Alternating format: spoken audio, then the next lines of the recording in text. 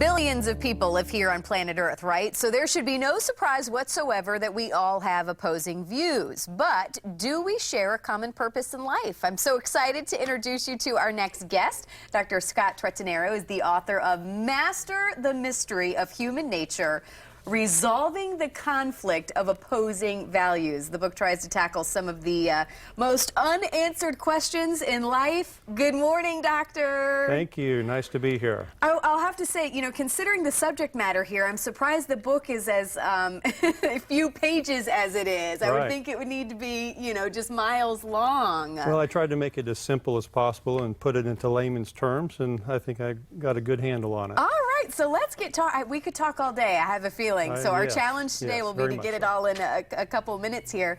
But tell me first, you're a dentist. That's right. So I'm going to be honest, how on earth did a dentist decide to write a book with this subject matter? Yes.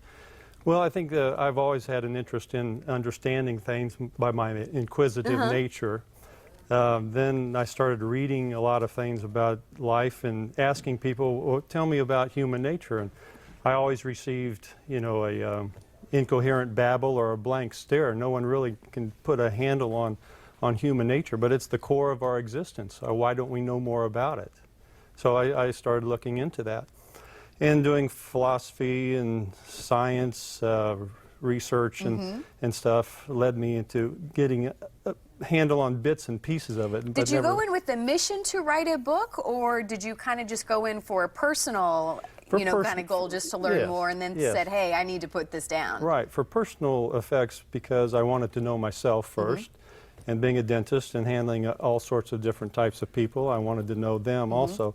But the main emphasis that got me writing the book was that I ended up marrying my complete opposite in every way. As we all sometimes do. Yes, opposites do attract, and for a reason. So my reason for being with my opposite was to learn new ways of thinking and feeling that were totally foreign to my way of thinking. So what are some of the major concepts in the book that you kind of discovered about yourself and other people, and that you hope people take away when they read? I mean, what's kind of the meat of what this is? Right. Well, life is created out of these opposites. We have day and night, wet and cold. We're talking about the seasons, wet and dry, hot and cold. Yes, and all of these dualities, we call them, shape our physical world, but they also shape our temperaments as human beings. So we have opposites built into the system, and it's the opposites which create the conflict, so to speak, that we have, because one person will see it one way and another person will see it totally different. How do you get those to come together when you're seeing things in an opposite view? So what's the goal when people are reading this? What do you want them to take away from it? Well, first of all, that you are born with a set of temperaments and associated values and emotions that create who you are. There's no change in that. It is what it is. Well, yes. I mean, you can modify, you can learn. There's no doubt about that. But your core temperament is always going to be what it is. If you're an expressive, you couldn't do what I do. No, I don't want to try dentistry. And I could not do what you do. So we're not going to change that. No amount of learning is going to allow you to do what I'm going to do, because I was built for doing those sorts of things.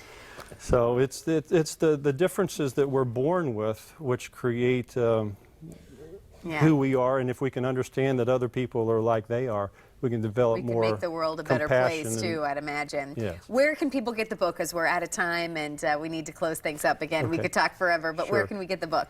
Well, you can go on my website at www.masterthemysterybook.com, or you can buy it on Amazon and Barnes & Noble and places like that. Dr. Scott, thank you so much. And Thank again, you. we'll have to have you back on, and again, we could have lots of discussions. Wonderful. I know it, so thank you so much. Thank and of course, you. for more info, go to our website as well. We'll send it over to Steph. Looks like a good read, and if you want to pick up a good read, there's no better time to pick up a book and head to the beach than right now.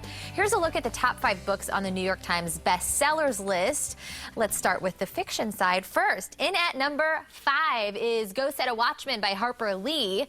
The number 4 spot belongs to The Nightingale by Kristen Hanna.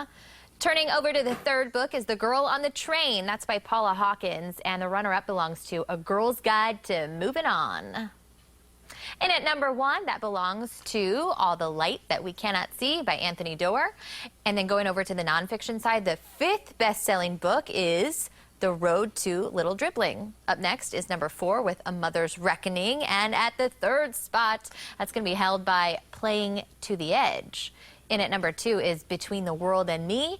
And the number 1 bestseller is When Breath Becomes Air. Now that sounds like some good reads. Up next, though, why millions of men are mad about March. ESPN announcer Jerry Punch joins us with the details after the break.